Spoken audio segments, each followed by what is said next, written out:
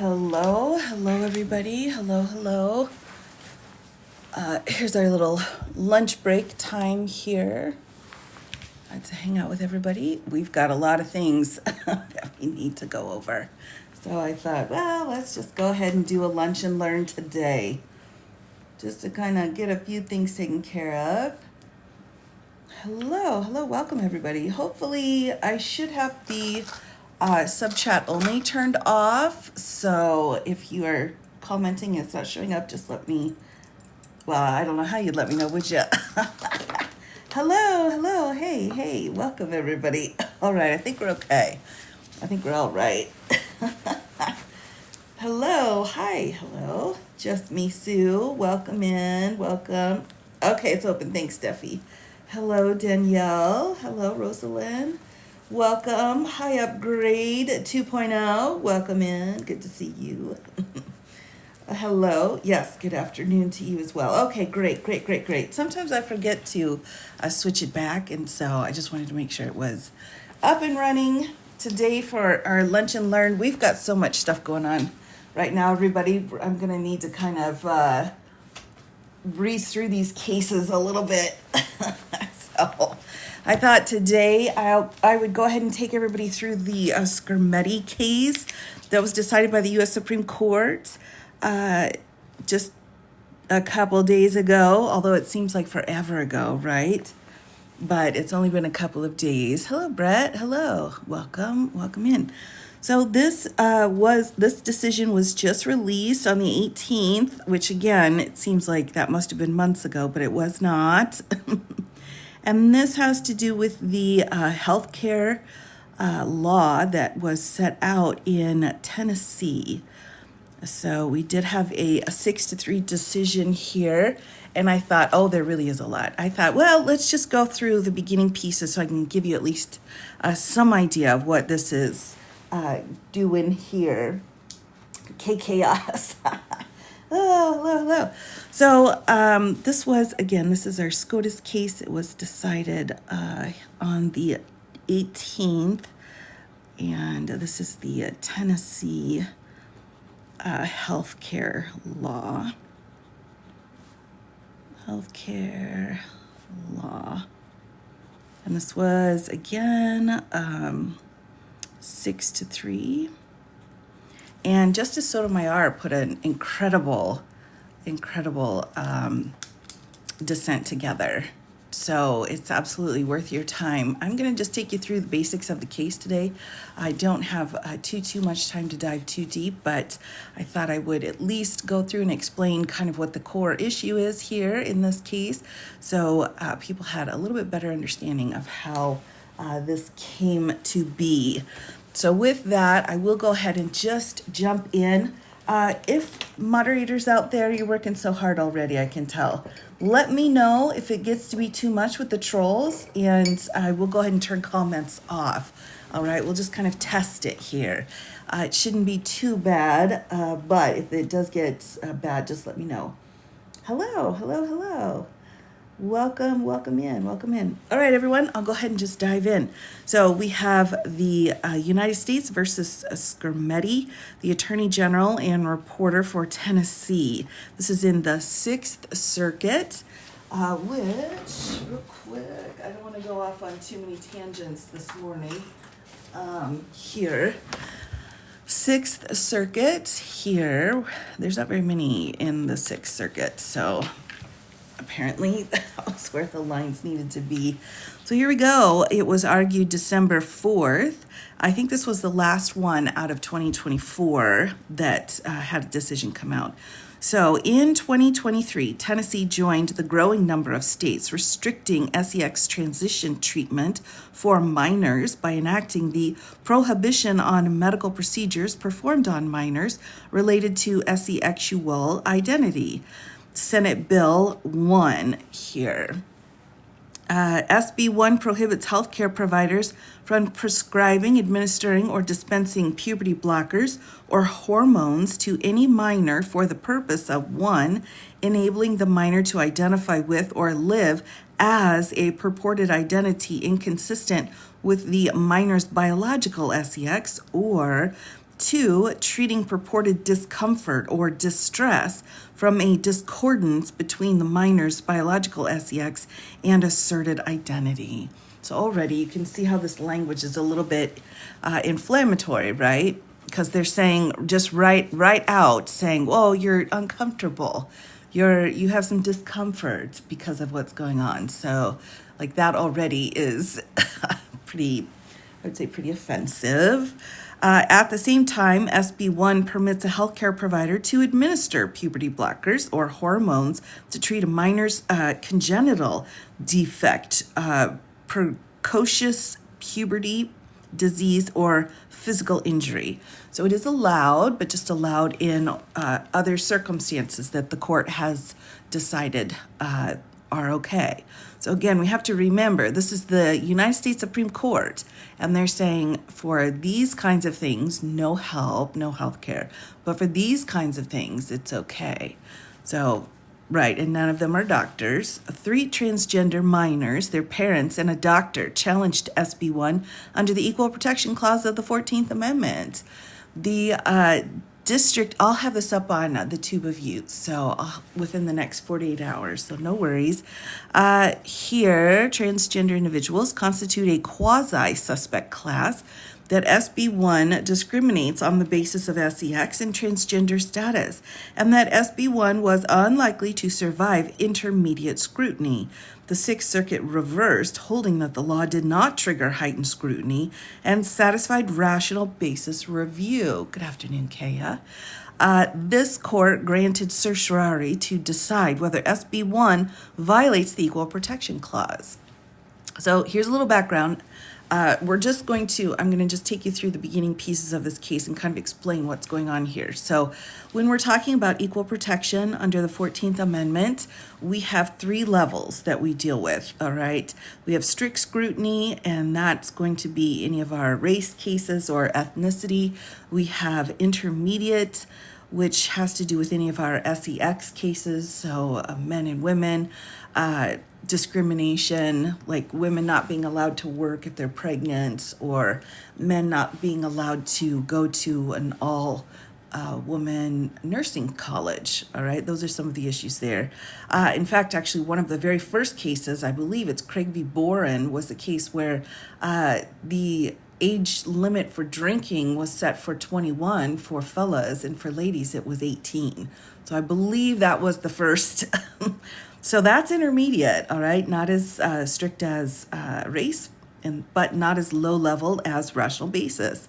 Rational basis catches everything else, and it's the lowest, all right? So these are the 3 levels that we deal with, and they are determining which category to place transgender issues, trans laws that are specifically set out for transgender people. Which category are we putting it into?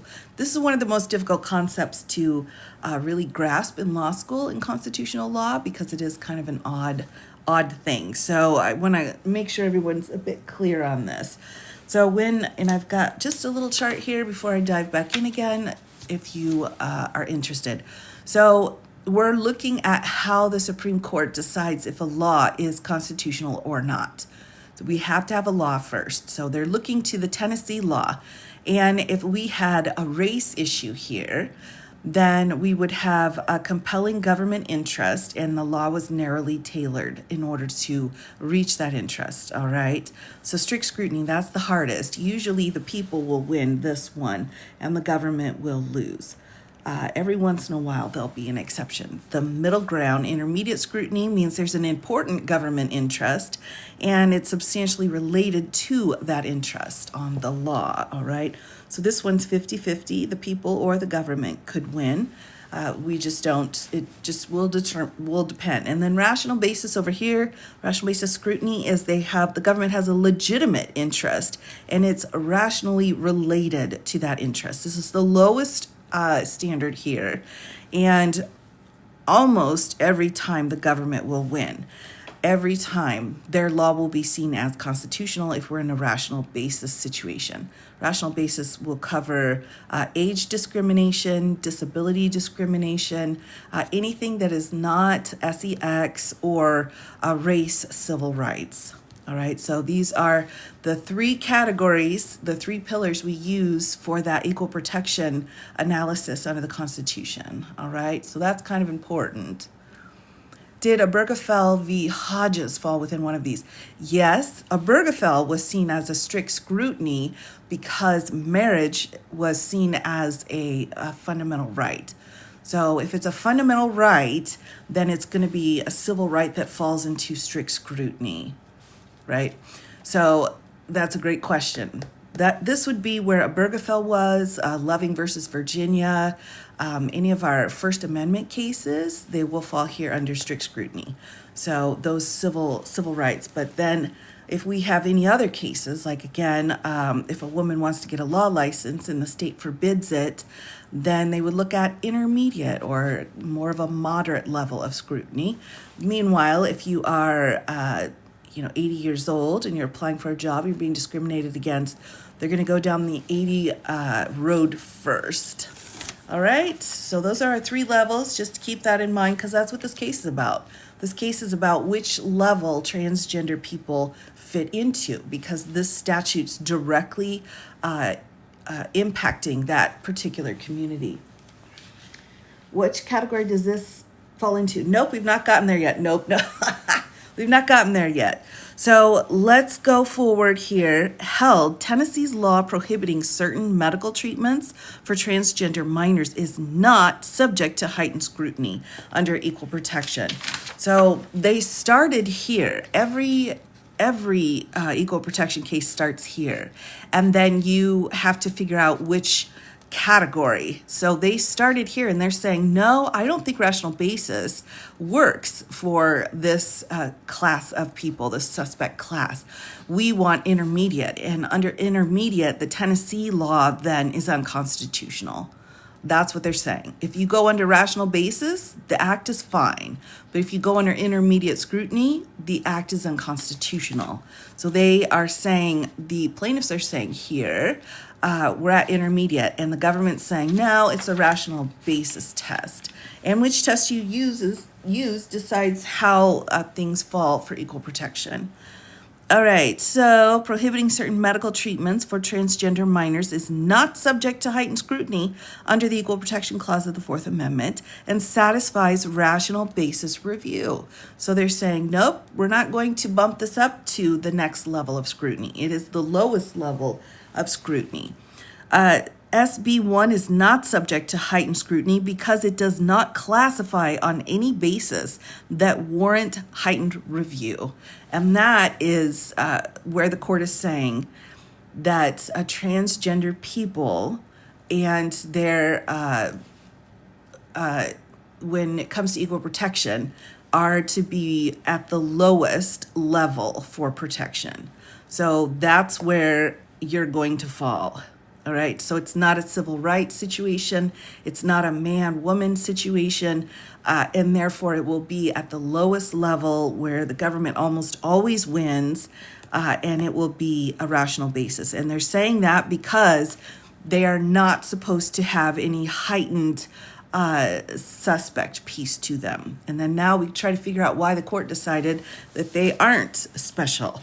They are a quasi-suspect protected class, but we're only going to put in a rational basis test for that, right? Number 1 here, on its face, SB 1 incorporates 2 classifications, one based on age, allowing certain medical treatments for adults, but not for minors. So we have this issue of age here. For minors, and another based on medical use, permitting puberty blockers and hormones for minors to treat certain conditions, but not to treat gender dysphoria, gender identity disorder, or gender incongruence. So again, the court is coming in here spitting out this medical stuff and saying, well, if you have these medical things going on, you are not allowed to have this kind of health care. But if it's anything else, sure. So the court is literally making the decisions for the doctors here. All right. And that I can't emphasize how horrific that is. So classifications based on age or medical use are subject only to rational basis review, and they are pulling in case law for that. The plaintiffs argue that SB1 warrants heightened scrutiny because it relies on SEX-based classifications, but neither of the above classifications turns on SEX. So they're saying this isn't about SEX. Rather, SB1 prohibits healthcare providers from administering puberty blockers or hormones to minors for certain medical uses, regardless of a minor's SEX. So he's saying it's not about being a man or a woman. It's about healthcare. Oh, we'll just let that sink in for a minute. Goodness gracious. While SB1 prohibitions reference SEX, the court has never suggested that mere reference to SEX is sufficient to trigger heightened scrutiny.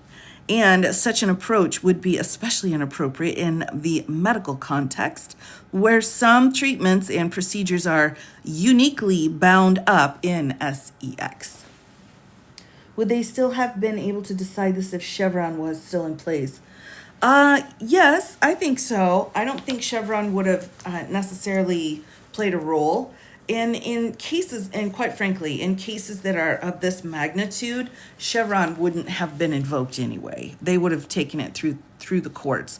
That's a great question. So the Chevron doctrine was eliminated through the Loper-Bright case last session, where if there is some ambiguity in the law, then experts can come in and say, clarify. And Loper-Bright came in and said, no, the only ones that can clarify are the courts. So everything has to go through the courts now, rather than allowing the experts in the field to give that information out. So that's the Loper-Bright case, or the Chevron doctrine, that was done away with. And in this particular situation, again, because the issues are so huge, I don't think they would have let them try to work within the Chevron doctrine here. Great question, though. All right, so we've got prohibition here, and such an approach would be especially inappropriate in the medical context, where some treatments and procedures are uniquely bound up in SEX. The application of SB1, moreover, does not turn on SEX. The law does not prohibit certain medical treatments for minors of one SEX while allowing those same treatments for minors of the opposite SEX. You see what the court's doing here? You see how they're saying, well, we would treat it the same no matter what SEX you are. If you are a trans woman, we would treat you the same as a trans man, which means we would give you no assistance. So both sexes are covered, right? So neither one could have health care. So it doesn't turn on which one you are. SB1 prohibits healthcare providers from administering puberty blockers or hormones to any minor to treat gender dysphoria, gender identity disorder, or gender incongruence, regardless of the minor's SEX.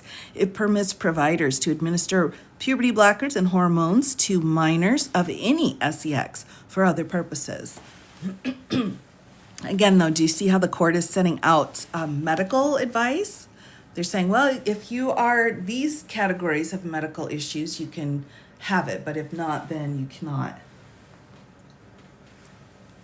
This is worrisome because of, a lot of reasons, but historically, when it comes to sterilization, is the first one that I take off the top of my head, is that women in mental institutions can be sterilized if the state decides that.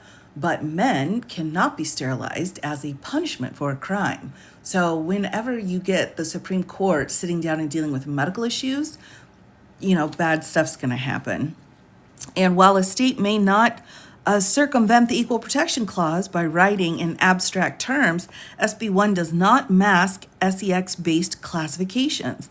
Finally, the court rejects the plaintiff's arguments that by design, SB1 enforces a government preference that people conform to expectations about their SEX. To start, any allegations of SEX stereotyping are misplaced. So the court's saying, well, we're not stereotyping. We're just saying nobody can have this if it's for these medical conditions over here. You can't have it. But if there are other ones, then sure, we don't care if you're a man or a woman, you can have it. True, a law that classifies on the basis of SEX may fail heightened scrutiny if the classifications rest on impermissible stereotypes.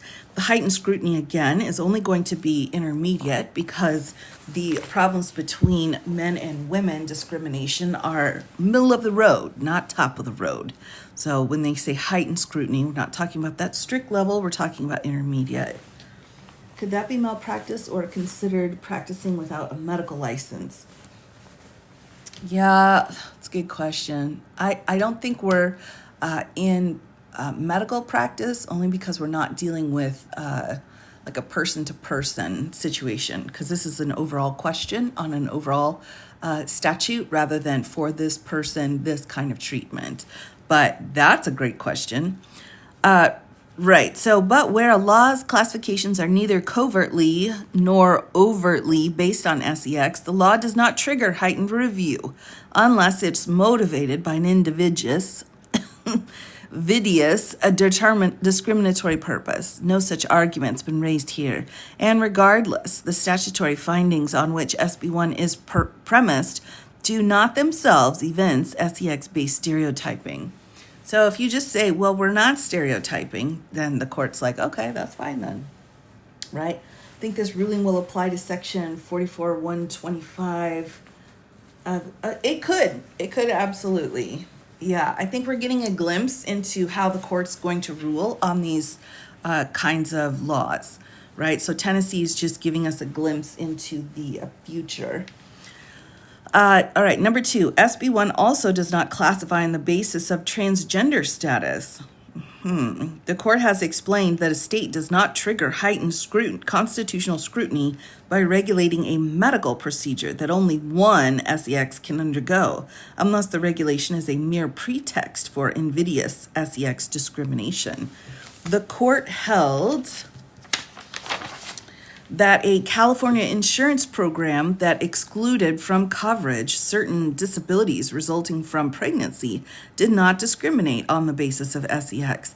In reaching that holding, the court explained that the program did not exclude any individual from benefit eligibility because of the individual's SEX, but rather removed one physical condition, pregnancy, from the list of compensable disabilities. All right, so they're saying we're not discriminating against you because you're a woman. It's just, the pregnancy, we're going to remove that as a piece. So if guys got pregnant, they would also not be covered for their pregnancies. The California insurance program, the court explained, divided potential recipients into 2 groups, pregnant women and non-pregnant persons. Because women fell into both groups, the court reasoned the program did not discriminate against women as a class.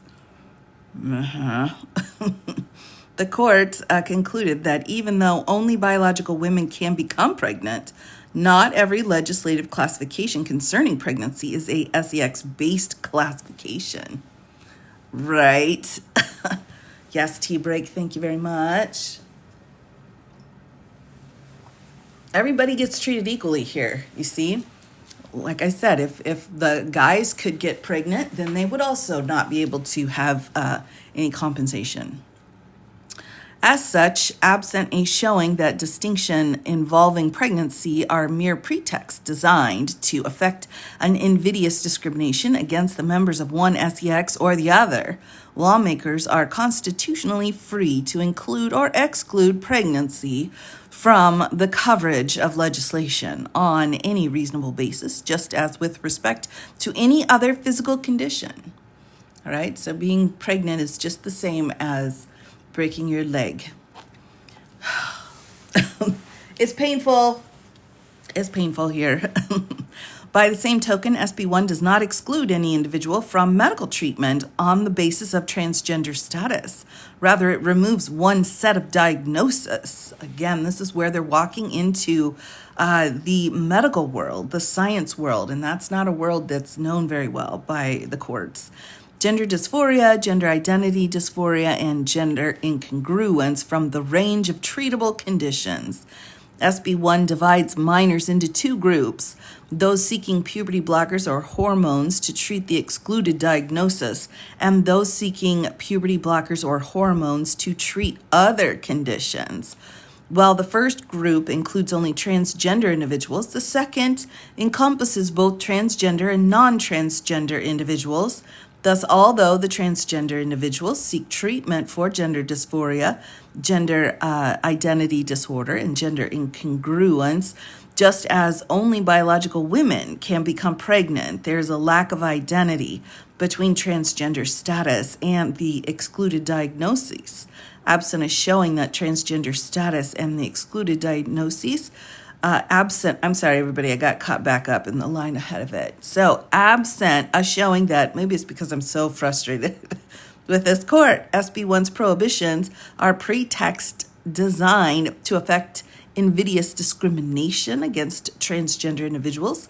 The law does not classify on the basis of transgender status, which is so the amount of protections a pregnant woman has for equal protection, that's exactly the same as the transgender protections under equal protection. That's what the court just said here. So if you're a pregnant woman, you have the same protections as a transgender person. Right? So that's exactly. So none, exactly. That's right. So two groups of people with no protection. That's exactly right. All right. And then finally, the Bostock case, which was huge, does not allow the court's analysis. In Bostock, the court held that an employer who fires an employee for being gay or transgender violates Title VII's prohibition on discharging an individual because of their sex. The court reasoned that Title VII's because of test incorporates the traditional but-for causation standard, which directs courts to change one thing at a time and see if the outcome changes. So the but-for is a causation standard here, one of our tests that we use in civil court. Applying that test, the court held that for an employer to discriminate against an employee for being homosexual or transgender, the employer must intentionally discriminate against an individual, men and women, in part because of sex. In such a case, the employer has penalized a member of one sex for a trait or action that it tolerates in members of the other. Right. The court declines to address whether Bostock's reasoning reaches beyond the Title VII context, and that's good. If they didn't take it further, and that's good, because we didn't need any more dings on this particular case. Unlike the employment discrimination at issue in Bostock, changing a minor's sex or transgender status does not alter the application of SB1. If a transgender boy seeks testosterone to treat gender dysphoria, SB1 prevents a healthcare provider from administering it to him. If his biological sex were changed from female to male, SB1 would still not permit him the hormones he seeks because he would lack a qualifying diagnosis. Oh my gosh. This is so frustrating because they have determined what's a qualifying diagnosis. The U.S. Supreme Court, right? No, they're not doctors, all right?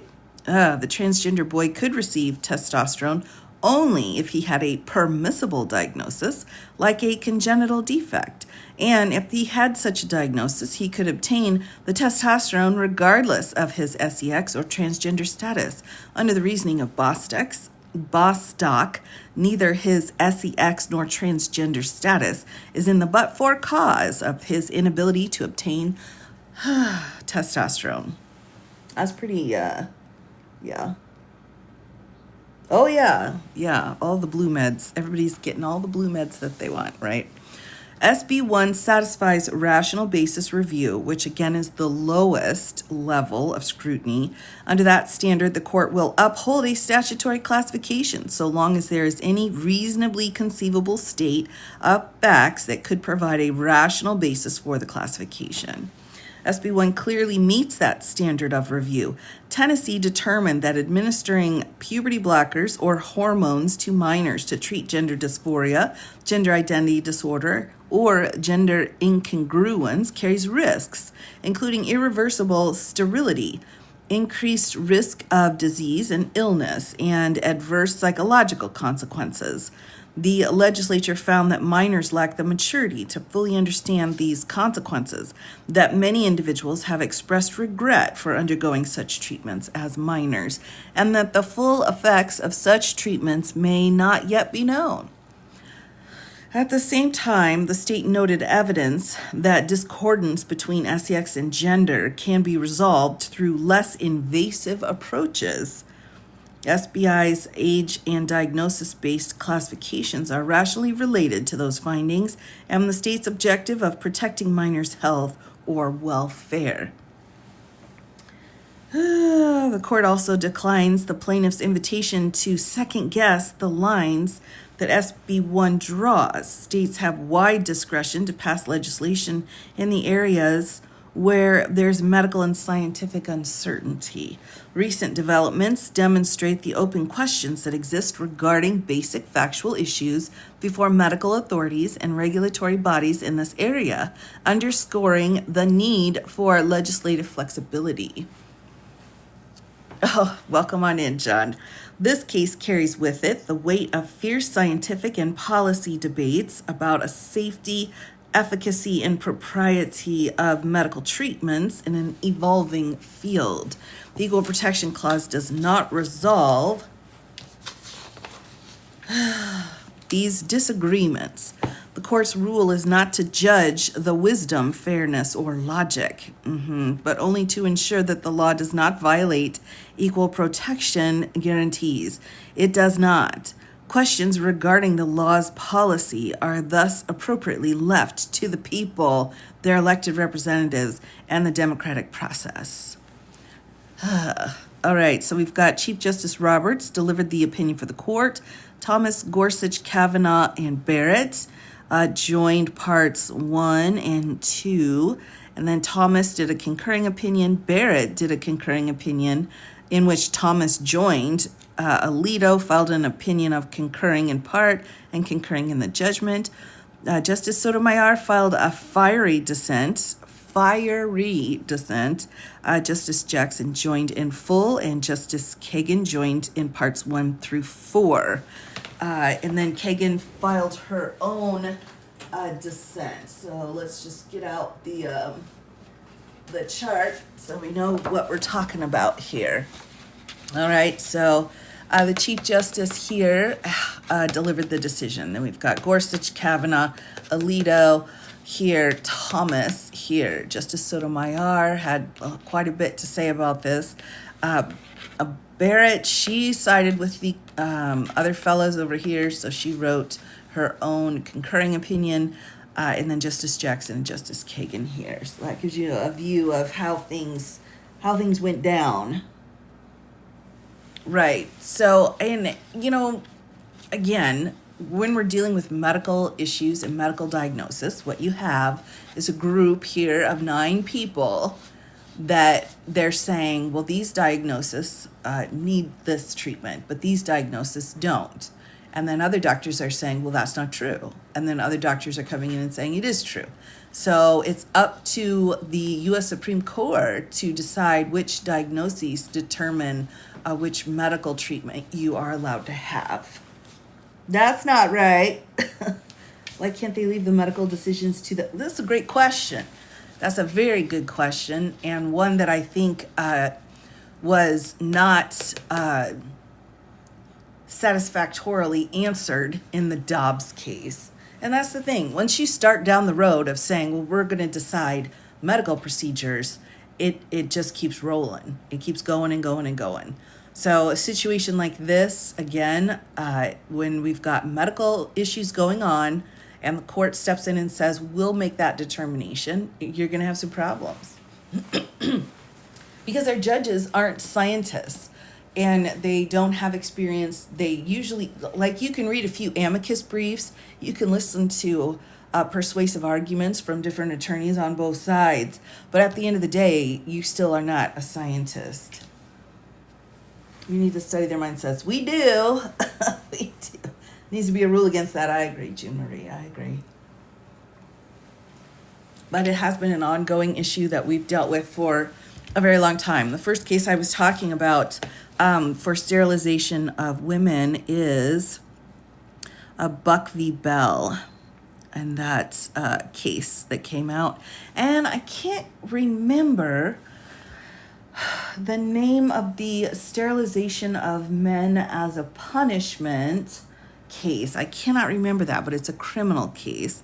And I just can't remember the name of it. I have done a post on it, but I forget. That particular one, just doesn't ring a bell with me for some reason. I'm judging them. I find them lacking in empathy and knowledge. I agree, Bay Grandma. I agree wholeheartedly. Any of the transgender individuals, probably not. No. All these judges did was read the record and read the amicus briefs. Justice Barrett came in. I always try to take a look at how she's writing to get an idea of why she holds the way she holds, because she's a swinger.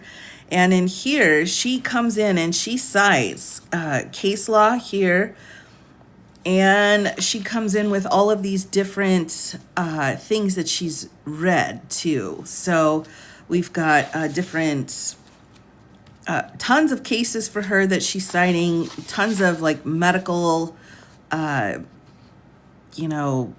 ideologies that she's working on as well. And then she goes into, like this one, psychological association as an amici. So she's like, I read the amicus briefs. That's all I need to do. And I read the respondent support brief here.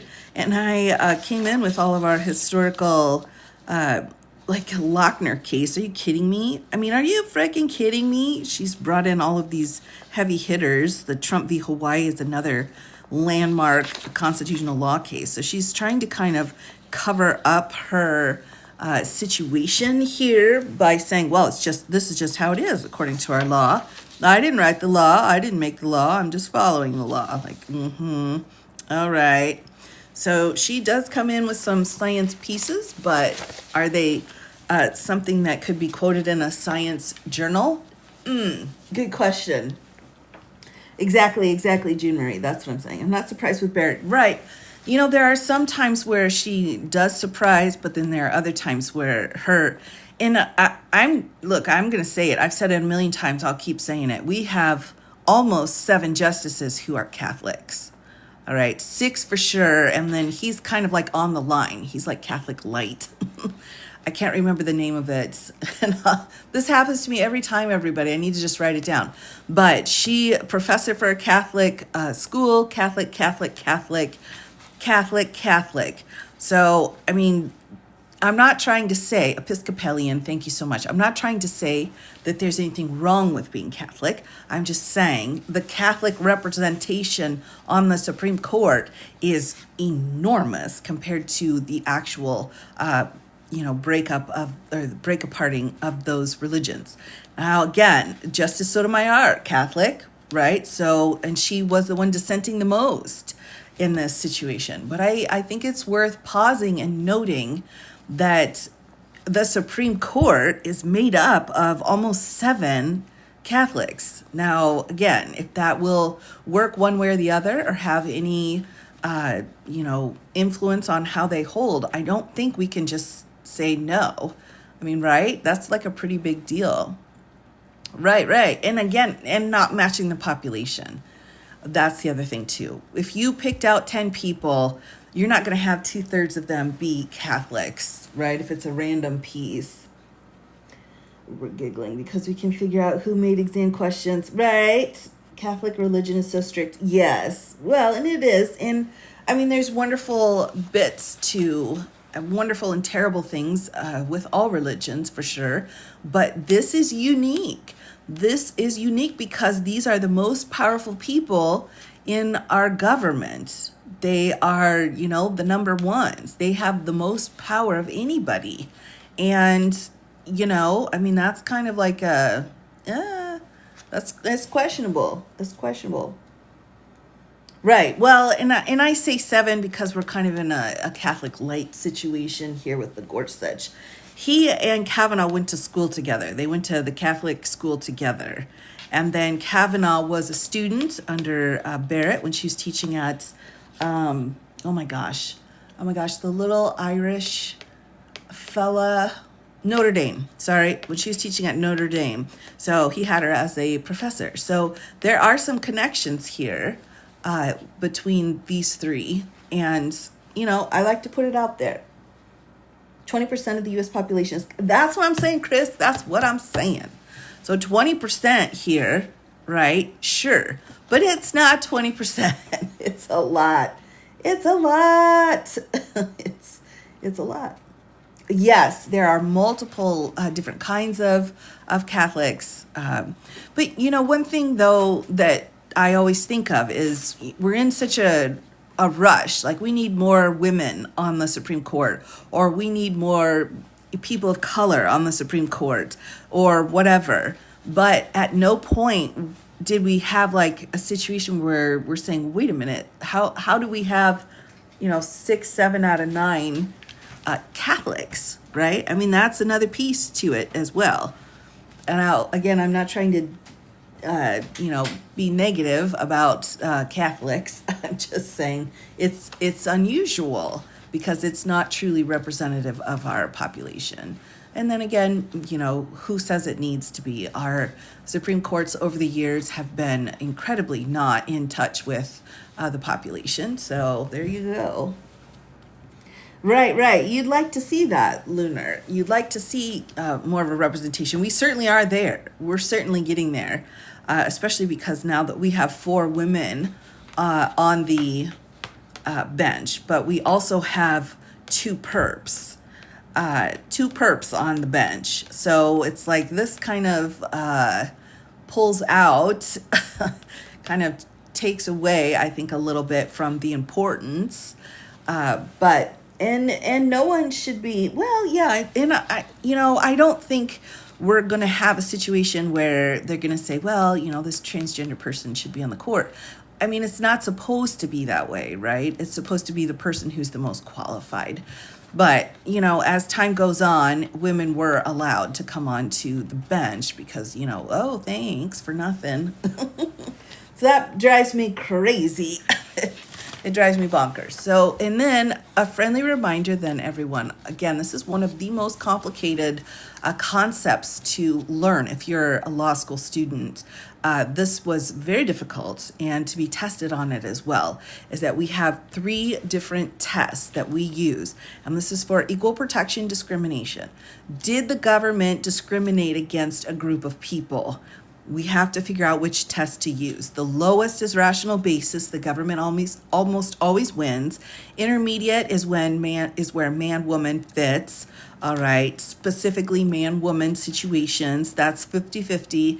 And then strict scrutiny, where we have race, ethnicity, or something that is a fundamental constitutional right. All right, so strict is the people are going to win 9 times out of 10.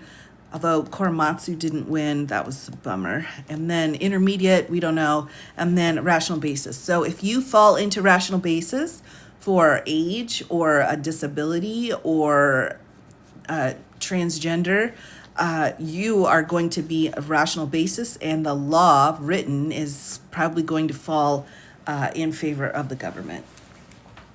Think they'd rule the same for trans adults or only youth? Great question.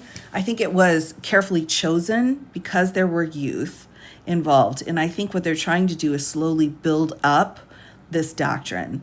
They're slowly, not necessarily taking away a Obergefell, because the Obergefell is solid, but they're slowly building up this precedent when it comes to transgender people and what kinds of rights you have versus what kind of rights you don't have. Because now they're saying a rational basis. So any of these laws that come in that look like it could be a transgender issue is now going to be at the bottom of the stack. So that's the precedent that's been set here, right? Instead of looking at it as a man-woman intermediate level where, 50-50, it is now officially that rational basis test that will be used for discrimination issues. Yep. So that's how that came out. That could have been better. That could have gone better. And I think it's really frustrating, again, though, listening to how the court tries to set out, medical qualifications, medical pieces. These 3 diagnoses don't count as medical treatments, but these 3 do. So it's very frustrating. Yeah. Ooh, yeah. Oh, Chris. No. Yikes. Yeah. So with that, everyone, this was kind of my quick lunch and learn today because we have so much going on. I am planning to be back again tonight and go through the Abrego Garcia decision.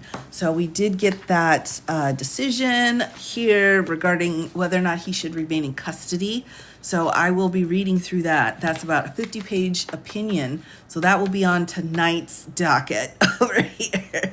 On my personal docket. So we'll be doing that tonight. Planning to go about 8 p.m. All right. So this was kind of just a little bonus because we've got a lot of stuff going on right now. But I will, that's right, collect your points, everybody. But thanks for coming and hanging out. Hopefully you'll come by later tonight. Absolutely, Lisa. Absolutely. And several cases in that same world. For sure. I'm in the central time zone. So back again tonight, 8 o'clock central, and we'll go through the Abrego Garcia decision. So see you all later. Thanks for coming by. And moderators, as always, thank you so much. I'm so grateful for each and every one.